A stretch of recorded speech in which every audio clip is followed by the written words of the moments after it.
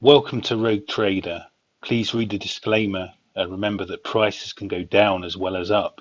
And now to take a look at Scottish and Southern electricity. Now, if you wondered where I've been the last few weeks, this one was a real monster to work my way through. Scottish and Southern electricity are a traditional, boring, inverted commas, utilities company. They run a electricity network which comprises of electricity transmission, which is taking the electricity from the power stations to substations where it's needed, and then electricity distribution, which is then the distribution of that electricity to people's houses. Now that makes up actually 39% of its profits, and it is in fact a monopoly situation. So they are regulated by Ofgem, and they're subject to these RIIO-2 price controls, which is this game where the regulators debate with the electricity producers as to how much money they're allowed to make. There's actually restrictions placed on how much they are allowed to make, but they do seem to make money from this part of their business.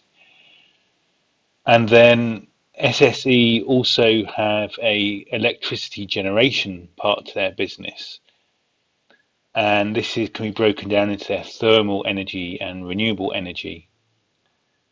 Now, when you look at their website, there's hardly any mention of a single drop of oil being burnt. It's all very focused on the renewables, as that's obviously very fashionable at the moment. But actually, when I looked into it, gas and oil is in fact 58% of their generation capacity. It's mostly gas. And then hydro is 13%. And this is actually the jewel in the crown, really, because hydroelectricity is the best electricity. It's really cheap, it's renewable, and it just lasts forever. But obviously, there's a limit to how many hydro dams you can have in a country. But that is a real asset they have. And then the rest of their energy is mostly wind power. They're currently 21% onshore wind and 5% offshore wind. Now, in January 2020, they sold their energy supply business. So they actually used to have a massive retail electricity. So they were doing the whole thing. They were doing the generation, the supply, and then the actual retail selling of the electricity. But they've sold this to Ovo Energy in 2020 for £500 million, so that they can focus on the generation and transmission. And they have a stated company goal of trebling their renewable output by 2030, and also to build the infrastructure needed for the 10 million electric vehicles that will be needed. So I looked at their capex and EBITDA, and it just gives interesting insight, because you see how these utility companies, it's kind of it's a monopoly to make money, because they have these massive assets of the electricity network, but they have to continually invest in that as part of the deal for having the license. And then that does, though, make a good chunk of their money, perhaps half of their money in terms of EBITDA anyway. And then you see the renewables are providing a bigger bang for their investment buck, which does kind of then show why maybe they want to develop more of their renewables. And the interesting thing is that the thermal energy, although that's 58% of their capacity, it's only a tiny amount of their EBITDA. So yeah, so that was quite interesting, and I'll go into the reasons why shortly. So looking at their price, and it was generally downtrend to 2019, and then it started rapidly going up, mainly following the news of the sale of their energy services to OVO. Then, of course, we had the COVID crash, and they really did drop heavily. and it doesn't make any sense for a utilities company to drop when COVID. So had I been on the ball back then, I'm sure I would have snapped them up by default by then. But anyway, the approximate trend is down and then up, but it's very, very volatile in 2020. So looking through their previous news reports, and they had good results in 2017, but the price kept sliding. Then they spun off their retail energy supply business in a deal with Empower Group, and then of course they completed all their retail selling. They then completed selling most of their retail business with this SSE Energy Services sale to OVO. Their preliminary results for 2019 were actually really bad, operating profit down 29%, and that's what preceded this completion of this downward trend. And then at the beginning of 2019, they actually sold 0.2 gigawatts wind farms to Greenco Energy for 0.6 billion. Now, SSE is supposed to be developing their wind capacity, so you wonder why they sold 0.2 gigawatts, but presumably it was an amazing deal. And actually, Greenco Energy are a stock I'm going to look into in the future. And this is just interesting because it makes you wonder, a Greenco getting the best prices for these windmills that they're snapping up. Greenco Energy, all they do is they're like an investment fund structured as an equity, and they just go around buying wind farm projects. So then in 2019, the government fixed their contract for difference allocation round for what they're going to pay for offshore windmills, offshore wind farms. So this is a curious thing where, in order to support green energy, the government say they're going to pay a fixed price that's quite high, relatively speaking, in the future to then persuade you to then build these wind farms. However, so that's good news, and also an interesting insight into what's going on here. The government is putting money into renewable energy as their main strategy, and so this is how companies can make money quite easily, because the government are just guaranteeing that they're going to buy the electricity off you in the future, even though it's really expensive. Then in 2020 there was this interesting green light on the Viking project, which is in the Shetland Islands. And looking at Google Maps, here's the Shetland Islands, so you can see it's an interesting project because they're building actually onshore wind turbines, but where the location is, it's as if it was offshore, as you can see, and there's really good wind, and it's out of the way of everyone.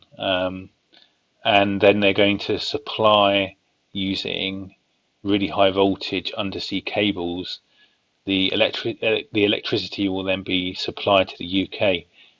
An interesting demonstration here about, with these renewables, where the best places are to get the renewable energy is miles away from where people actually live.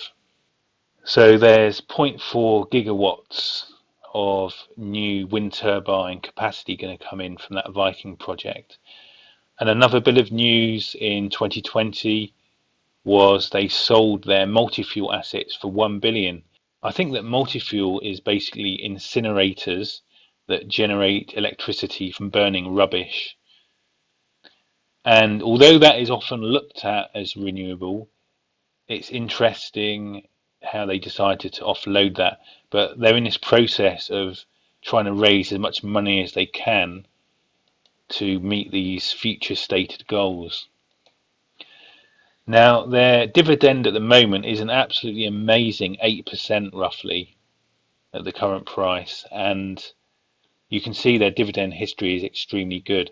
And they were quite clear in their latest investor report that they're going to continue to pay high dividends in a progressive dividend strategy.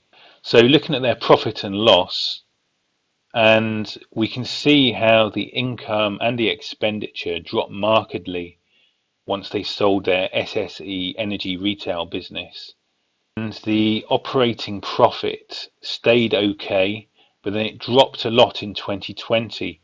And we have to notice here that the net income has dropped massively from over 1 billion in 2019 to about 100 million in 2020. So this is a clear red flag for me. And yeah, that's something which is not good. They said in their 2021 interims that their operating profit was then going to treble, but that's mainly because of 189 million they're going to get from selling some more offshore wind farm assets. So you can see the revenues and costs drop massively in 2019, but overall they're very close together here, and you can see the net income trend is kind of whimpering away, not very, not very impressive. Now, when I look at the revenue per business segment, you can see that the thermal energy dropped a lot when they sold this retail business, the SSE energy business. Now, the reason for that is as all part of that business, as well as selling the electricity, they also had to buy electricity to support all these extra customers that they can't support with just their own electricity generation assets. So they operated on the energy markets, buying lots of energy, including thermal energy.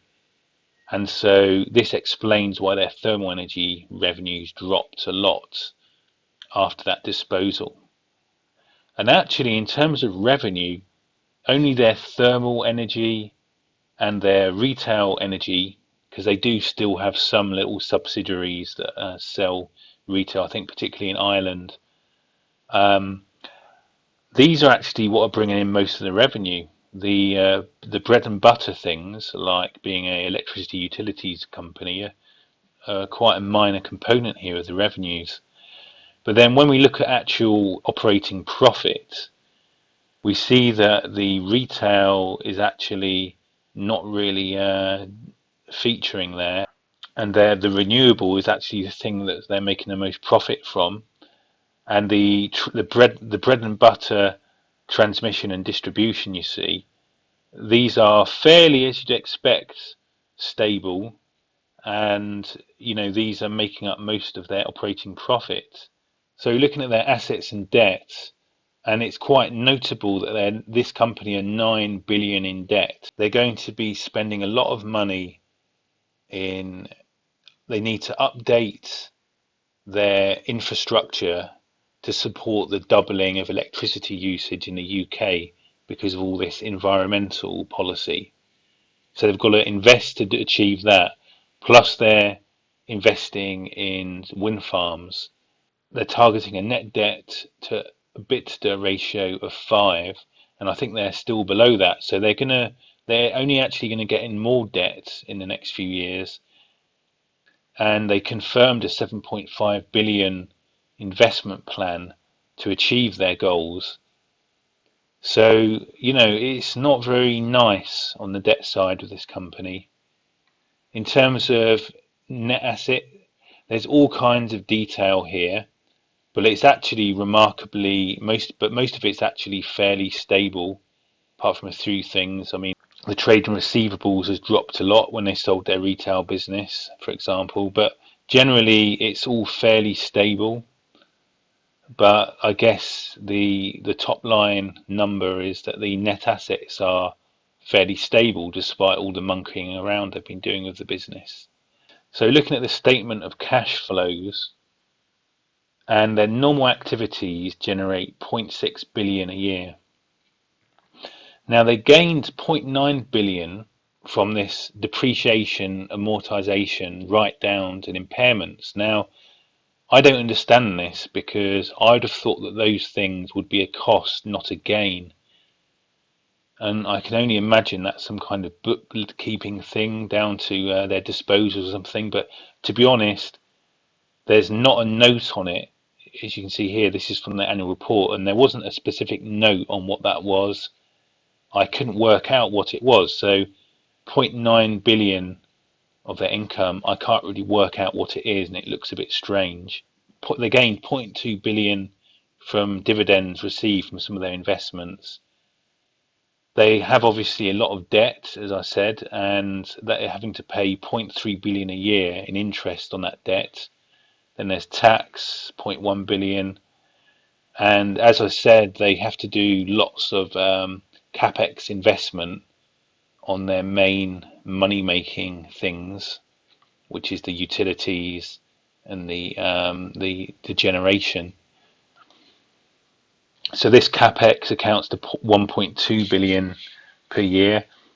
They gained only 0.2 billion from their disposals when you deduct some other things related to them as well, which is not that impressive. And they pay 0.6 billion in dividends. Now, in order to keep all the wheels going around, they took on 1.1 billion, not million. So they took on 1.1 billion in new debt, and they also paid off 0.8 billion in debt. And despite all this stuff, this company felt they had the luxury to engage in 0.4 billion of share buybacks in 2020. So to summarize their statement of cash flows, they gained 0.6 billion from normal activities, 0.9 billion from something I don't understand, which is a depreciation, amortization, write-downs and impairments. I understand them, but I don't understand how they made money from that. Then there's the miscellaneous here, 0.4 billion, and they actually took on debt to bring in 1.1 billion. So then we arrive at 3 billion in money coming in. Then their expenditure was 1.2 billion in capex and investments. They had to pay 0.6 billion dividends plus the luxurious 0.4 billion share buybacks. And then the debt they're saddled with, that accounted for 1.1 billion, 0.8 billion of paying off debt and 0.3 billion in interest payments they have to pay. So that means the money coming out of the business was 3.4 billion.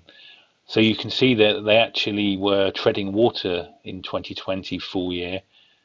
There was a 0.4 billion cash burn, leaving them with just 0.2 billion in bank. Now, the story with this company is obviously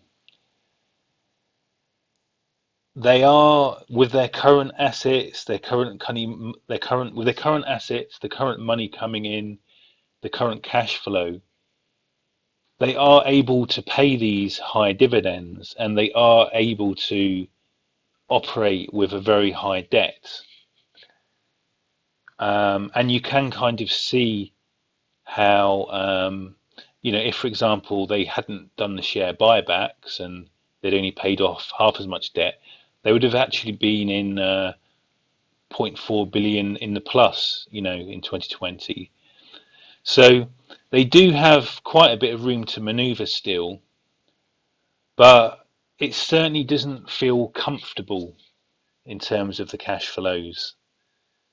So, the kind of general investment ploy with this company for me is that in the future, when they've got the renewable assets up and running, and they've actually got the electricity utility network, and they've got the transmission and distribution networks set up to deliver double what it's delivering now by 2030, then I can see how the Greta fever can make this a very profitable company. But when you look at the kind of all the comings and goings at their statement of cash flows now, and if you look at the debt, and you look at how chaotic their income is and how their net income is going down, I feel like now's a kind of very unsteady time for them, and it's like there'll be a bit of pain to go maybe before we get more comfortable about them having they've got to do loads of investment for a few years before then the net income will start rising again. So looking at the equity and valuation, so the revenues used to be much higher actually than the market cap. And when they sold the energy business, then that obviously now it looks more normal with the revenues at 7.8 billion and the market cap at about 14 billion. That's a price to sales ratio of 2, which seems insanely cheap compared with most other stock sectors, compared with most stocks in most other sectors. But for utilities, that's, I think, fairly normal. Now, their market cap looks quite steady. And so this is a plus because when I've done this graph for some other stocks, you see the market cap going up massively, which then makes me worry, well, should I be buying now where their market cap's gone up so loads? So they look very reasonable in terms of their market cap there, and the actual general profile of that historically. Their net assets are really equate to a price to book value of 3-1, which again is bargain basement prices compared with most other stocks. But within the utilities sector, they're actually more expensive than National Grid, who are 2-1 for price to book. And their net income, unfortunately, is very small. I worked it out as 137, and I kind of like using my little number here. When I looked on the Investopedia, the way I've done it is wrong, but but it's kind of the way that I totally understand it from my own data. But I've also put here the Reuters. Most other stocks I've been looking at, mine match the Reuters. In this case, though, the Reuters value was 35. Now, 35-1, that makes them very expensive in terms of price to earnings against National Grid. So with SSE, you want them for the 8% dividends that they've promised for years, but you're betting on accepting a very low price to earnings now whilst they do investments in the hope that apparently their business model is going to be better than National Grid's 5 or 10 years down the line, because look at how high their price to earnings ratio is in comparison to National Grid. Now, sector velocity is a new thing because I'd realised there's, of course, the macro situation is important. You need to decide what percentage of your portfolio is in stocks to mitigate the macro situation. You look at the individual stocks that I do to decide, do I really like this stock? Is this a good stock that I think is going to go up in value in the future? So that's the kind of micro analysis, if you like. But then the other thing I realised in some of the stocks I've been doing recently is you've got to think about the sector. And I've called this sector velocity, but I've tried to map what is the electrical utilities sector done and where are we in that trend. And you can see it's this blue line here, the darker blue line. And you can see there is some kind of undulation here, but it's unclear. Here's the light blue line is the FTSE, and you can see that the utility sector did diverge from the FTSE around the 2016 time, but there's not really enough data here. This was my first stab at this. I'm gonna say not enough data this time, but in future videos I'm going to have a longer time frame if I can. It's really hard to get the data actually in the long term. I'm going to have more stocks because in other sectors you've got much more stocks that you can use. But that's your first look at that, and I'll be doing this a better job next video for the next stock.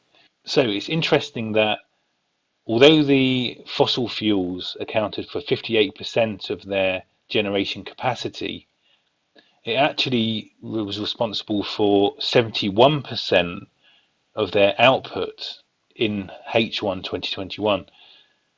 And the wind power, although that accounts for about a quarter of their generation capacity, it was only 18% of their output. So this shows us the thing with renewables where with fossil fuels, obviously they can keep running all year. So your output is similar to your capacity. However, with renewables, if the wind doesn't blow or something like that, then you go for months of the year without them generating any electricity. So that's just an interesting observation there. We can see that 4 gigawatts of their capacity is down to renewable energy, and 5 gigawatts is thermal energy. So currently they're more thermal than renewable. Most of their thermal is gas, and really all the future growth seems to be in the wind, and they are planning 5 gigawatts more renewables to be built by 2030. This coming from their annual report, and here is just the information where we have this amazing UK's contract for difference allocation rounds, where in order to encourage the growth of renewable energy, the UK government are prepared to say that we're going to pay real high prices for the electricity years ahead of the electricity being built. So basically, the taxpayer is footing this up, and that's how you can build these expensive wind farms to change our energy mix away from fossil fuels towards wind and solar and stuff. But yeah, so here they were saying that for their Dogger Bank and Sea Green projects, this had been secured, and this contract for difference where the government guaranteed to pay a really high price for the electricity. And here's just a bit here where we see confirmed that the SSE want to treble their renewable output to 30 terawatt hours by 2030. So here we see these are the new projects they're working on, and one of them is the Sea Green project that they own 49% of. One is the Dogger Bank, which is a 3.6 gigawatt stake they have. And Dogger Bank's very interesting. You can see here, this is the UK, and there's actually an area of the sea in the North Sea, which is called Dogger Bank, which is actually, the water's very shallow there. It used to be an island, actually, many thousands of years ago. It used to be an island, and then it got submerged. But they call that Dogger Bank, and so they're planning to build wind turbines here, which is a project that makes sense. I mean, what we can say for SSE is both of their offshore projects really do make sense, because there's the Shetland Islands, does make sense, apart from the distance from where everyone lives. And then here there's Dogger Bank, which does make sense, because if you're going to do offshore turbines, then here it's perfect because it's nice and shallow. You can see how, compared with the rest of Europe, the UK really does have it good when it comes to our wind energy, because we've got these nice out of the way locations, and we've got lots more sea than everyone else has, and also we've got lots more wind. So, and then their onshore generation isn't part of the government contract for difference scheme, although they want it to be. That's interesting. I wonder if what's happened is onshore is becoming a bit undesirable now. Onshore wind turbines, they kill lots of bats and kill lots of birds and local nature. So also they're like an eyesore. The local communities have their beautiful countryside destroyed by these ugly wind turbines. That might explain, that does line up here why the government doesn't seem to be favouring onshore wind, it's favouring more offshore wind. And so that makes sense, because offshore it's out of the way, no one can see it, and it's probably better wind there anyway. So so yeah, that was interesting, and they are though building onshore, and obviously most of their onshore is on the Viking project on the Shetland Islands, which I've already gone through. Some little interesting little things I picked up there, looking at the from their annual report. I do like it how the wind power that they're developing is in some cool locations. The Dogger Bank for the offshore, and the Shetland Islands for their onshore. And also SSE, they're in the transmissions business, so they're the ones who will get paid to transmit that electricity from these real far out places all the way down to Manchester or wherever. So yeah, this really does make sense. This how they're attacking the renewables play and the particular projects they've selected makes sense to me.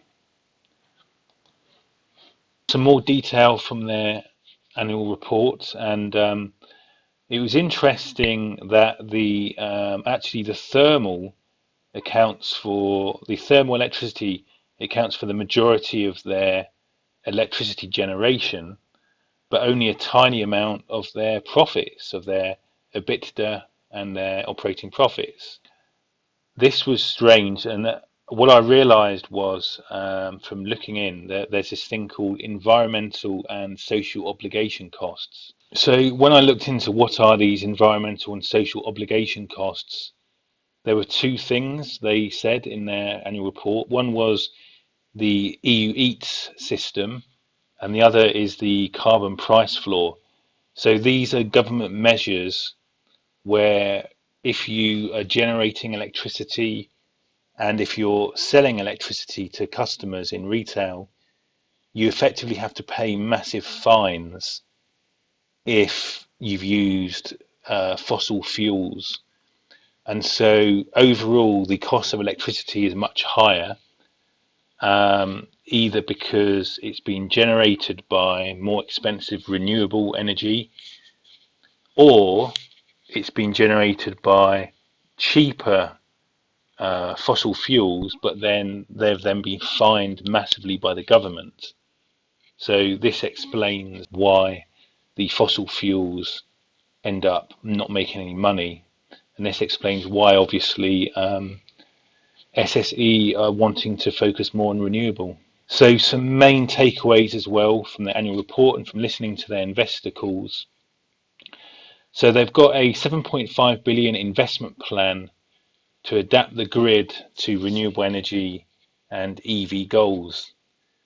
And they've funded this through 2 billion of disposals, and they've raised a couple of billion in debt, and they're still going to have to raise another 3.5 billion to support these plans. They're quite clear that they expect electricity demand to double due to EVs and more electric heating of houses. In order to support this green revolution, wind capacity in the UK is going to have to quadruple from 25 gigawatts to 100 gigawatts. And there's going to be some major transmission lines that they're going to need to build to connect from the sea to where the electricity is actually needed in cities. And within cities, there are going to be massive transmission infrastructure changes in order to support electric vehicles. Now, they did mention hydrogen quite a bit, but not very clearly. And what I can say is that hydrogen is going to hydrogen is going to play a part. It seems that most of that will be where there's excess electricity being generated at all these wind farms and things at times of the day and stuff when they're not needed. That might be used to generate hydrogen, and then what will happen is the hydrogen will be mixed in with methane gas. So the heating in the UK, which is currently mostly gas, that will become, say, a 50-50 mix of methane and hydrogen. So yeah, so we do get to see some idea of how the future will look.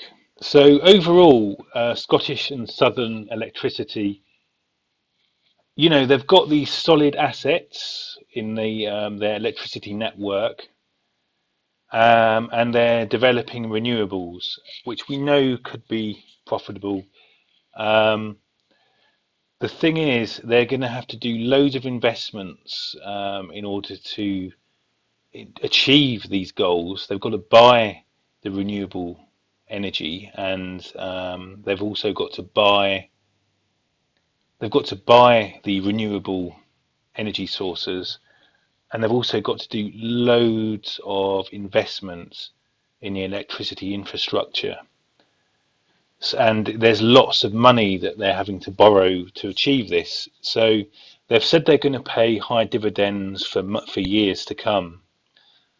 But the fact is, they're going through a lot of stress, I think, the next 10 years, in order to get themselves where they're able to make the money. I mean, they're in the best position of anyone to make money from all this extra electricity that's going to be flowing in the new era. But the problem is they're having to spend loads of money to create that infrastructure first. When I looked at their net income, it was looking nasty at the moment. Things looked a bit chaotic. I like to see more order in where the profit's coming from. They have got 8 billion in debt, and need to borrow more to support their plans. Like I said, when they did their statement of cash flows, they're big enough that they've got room to maneuver, but it starts to look a bit uncomfortable with all the comings and goings. In terms of valuation, they're good against most other assets. However, expensive against National Grid and Jersey Electricity. So overall, they just weren't a neat enough a picture. They certainly don't seem investable to me at the moment, because there's just kind of too much going on. I think, though, people that believe in their vision in the future would invest in them. But what you've got to realize is there's a lot of investment required to put them in the right place. And it's not really certain how the renewables transformation in the UK is actually going to play out. It's not 100% certain how it's going to play out. So yes, SSE, they're right at the centre of it in the future energy of the UK. But personally, I want to wait for things to calm down a bit, and I want to see them. I want to see them having spent more money, and see how much money it's really going to cost them to do what they've got to do, and then see, and if their share price is damaged in the future because they had to stop paying, they had to start lowering the dividends, and it's costing more than they thought, then maybe in the future it'd be good to invest in them if they're kind of in a weaker place in terms of share price, ahead of the future, because in the long-term future, yeah, they are in the right place. So my initial reason for investing in them was I thought they were a boring utilities company, and I was completely wrong there, because there's more going on here than with your average tech stock even. And they pay amazing dividends of nearly 8%. We know that electricity usage is going to double in the UK by 2030, and wind farms are going to be a big part of that. So I was very hopeful when I first approached SSE, but unfortunately there's just too many things I'm just not sure about which in combination means I really don't want to invest in them at the moment. And the biggest risks are the Rio2 price controls they have that with Ofgem. Their most stable profits here are from the transmission and distribution of electricity. However, Ofgem have only just recently changed the rules there. They're currently in talks, so that could be a risk. That could be a step change profitability, which is a risk. Also, the investment required to achieve electrification and the wind farm goals, is it what they say they think it's going to be? And we don't really know for sure how the energy landscape's really going to look in 2030. And so that again, it's like moving targets for these guys when they're trying to build 10 or 20-year investment plans. So there you go. That really was a fairly deep dive into Scottish and Southern electricity, and I hope you enjoyed that.